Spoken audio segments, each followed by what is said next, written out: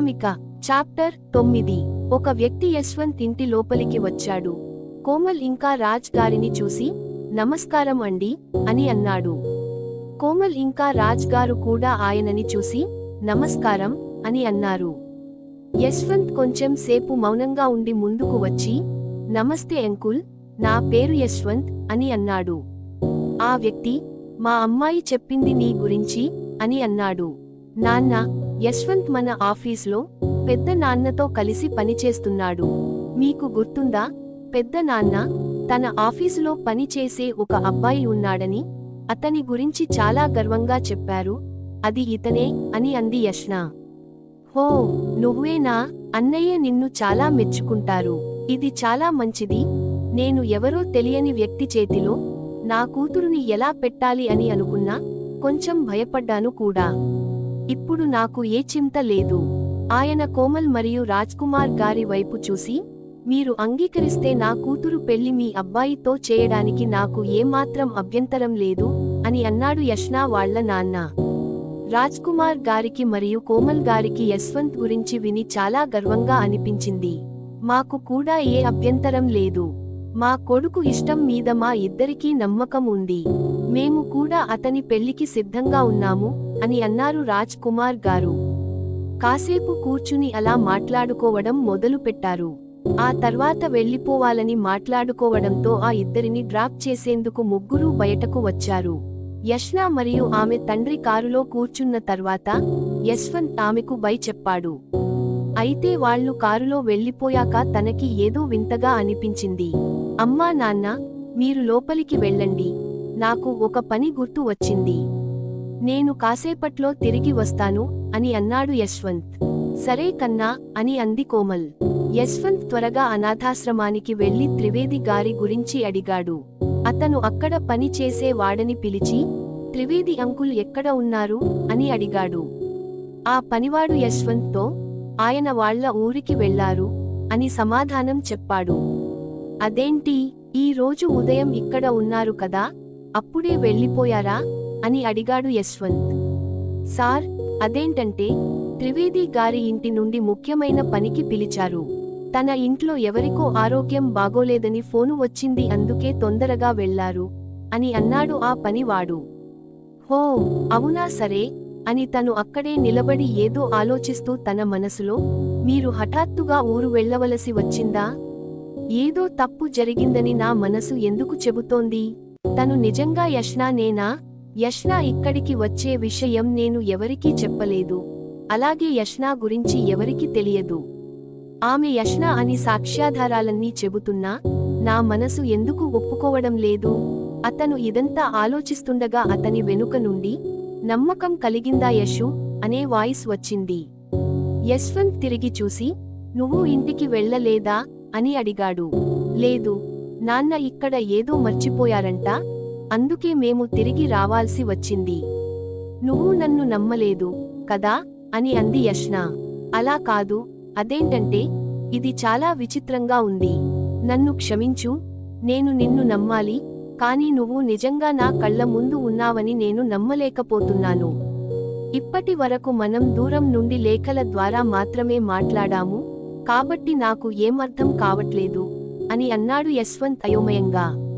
ఇదంతా నాకు కూడా చాలా వింతగా అనిపిస్తుంది యశు, కానీ ఇది నా జీవితం యొక్క చాలా అందమైన నిజం అని అంది యష్న. నాకు కొంచెం సమయం ఇవ్వు అని అన్నాడు యశ్వంత్. నీ కోసం ఇంత దూరం వచ్చాను యశు, అందుకే నీ కోసం ఇంకొన్ని రోజులు ఎదురు చూస్తాను అని అంది యష్న. యశ్వంత్ ఆమెకు బాయ్ చెప్పి అక్కడి నుంచి వెళ్లిపోయాడు. మరుసటి రోజు ఆఫీసులో యశ్వంత్ తన క్యాబిన్లో కూర్చుని యష్న గురించి ఆలోచిస్తున్నాడు. ఏం జరుగుతుందో అతనికి అర్థం కావట్లేదు. నేను మళ్లీ లేఖ రాయనా తనకి? లేదు, తను నిజంగా యష్న అయితే ఏమి చేయాలి? ఏమీ అర్థం కావట్లేదు అని అనుకుంటూ ఉండగా అప్పుడే అతని క్యాబిన్ డోర్ ఎవరో తట్టారు. లోపలికి రండి అని అన్నాడు యశ్వంత్. అతని స్నేహితుల్లో ఒకరు క్యాబిన్ లోపలికి వచ్చి ఫైల్ని అతని ముందు పెట్టి, ఏమైంది? ఎందుకు అంత కంగారు పడుతున్నావ్ అని అడిగాడు. ఏమీ లేదు అని కాసేపు ఆలోచించి, విమల్ సర్ కూతురు గురించి నీకు తెలుసా? నా ఉద్దేశ్యం, ఆమె పేరు ఏమిటి అని అడిగాడు యశ్వంత్. విషయం ఏమిటి? నువ్వు ఎవరితోనో ప్రేమలో ఉన్నావని అనుకున్నాను, మరి ఆమె గురించి ఎందుకు అడుగుతున్నావు? అని అడిగాడు ఆ స్నేహితుడు. ఊరికే అని అన్నాడు యశ్వంత్. ఆమె ఎక్కువగా ఆఫీసుకు రాదు. ఆమె ఎప్పుడు వచ్చినా సర్ తోనే వస్తుంది. విమల్ సర్ కూడా ఆమెను పేరు పెట్టి పిలవరు. తన పేరు తెలియదు. కనుక్కోవాలా? అని అడిగాడు ఆ స్నేహితుడు. లేదు, అవసరం లేదు. నేను ఈ ఫైల్ని చూస్తా, నువ్వు వెళ్ళి నీ పని చేసుకో అని అన్నాడు యశ్వంత్. అతను బయటకు వచ్చి ఫోన్ తీసి ఒక కాల్ చేశాడు. మీ గురించి అడుగుతున్నాడు అని ఫోన్ లిఫ్ట్ చెయ్యగానే అన్నాడు. ఏమి అడుగుతున్నాడు? అని అడిగింది యష్నా.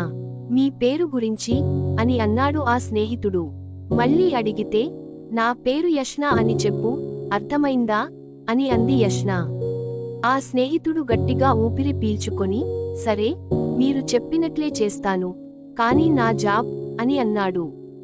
యష్నా అతనికి సమాధానం చెప్పకుండా ఫోన్ కట్ చేసింది. ఏంటి ఇది యశు? నువ్వు నన్ను ఇంకా నమ్మడం లేదు, అలాంటప్పుడు నిన్ను ఎలా నమ్మించాలి? ఈ లేఖలో ఏ లేఖని నేను నీకు దగ్గర అవ్వడానికి ఉపయోగించగలను? అని ఆమె లేఖలు చదవడం ప్రారంభించింది. చదివాక, అసలు ఏంటి ఈ అర్థంలేని ఉత్తరాలు? ఎవరు ఇలా ప్రేమిస్తారు? ఈ అమ్మాయి చాలా పాతదిగా కనిపిస్తోంది. అలాంటి అమ్మాయిని నువ్వు ఎలా ఇష్టపడ్డావు యశ్వంత్? నువ్వు చాలా మంచివాడివి, ఇలాంటి మనస్తత్వం ఉన్న అమ్మాయితో ఎలా ప్రేమలో పడ్డావు? యష్నా, ఇదేం పేరు? అసలు ఎలా నచ్చింది నీకు? నీ పేరు ఆమె పేరులో ఉందని నువ్వు ఆమెతో ప్రేమలో పడ్డావా? ఆమెకు ఏమాత్రం అర్హత లేదు. నేను ఉన్నాను, నేను నీ యష్నాగా మారతాను అని తను ఏదో ఆలోచిస్తూ ఆ అమ్మాయి ముంబైకి వచ్చింది. మరి ఆమె యష్ ఇంటికి ఎందుకు రాలేదు? భవిష్యత్తులో వస్తే దానికన్నా ముందే ఏదో ఒకటి చేయాలి అని అనుకుంది. ఒక పని చేసే అతను అక్కడికి వస్తూ, మేడం, మీకోసం జ్యూస్ అని అన్నాడు. నిన్న నువ్వు నాకు తండ్రిగా చాలా బాగా నటించావు. నువ్వు గనుక ఆ అమ్మాయి గురించి, ఇంకా తను యశ్వంత్ని ఎప్పుడూ కలుస్తుందో కనిపెట్టకపోతే నేను యశ్వంత్ని దక్కించుకునే దాని కాదు. ఇదిగో దానికి బహుమతి అని తను తన బ్యాగ్లోంచి 2 లక్షలు తీసి అతనికి ఇచ్చింది. నా దగ్గర ఇంకో పని ఉంది, నీకు 5 రెట్లు వస్తుంది. ఆ తర్వాత హాయిగా నీ కుటుంబం దగ్గరికి వెళ్ళవచ్చు అని అంది యష్నా. నేనేం చేయాలి మేడం? అని అడిగాడు ఆ పని చేసేవాడు. యష్నా ఇంకా ఆమె తండ్రి ఇప్పుడు ఈ సమయంలో ఎక్కడ ఉన్నారో ఆ త్రివేదిని అడిగి తెలుసుకో అని అంది నకిలీ యష్నా.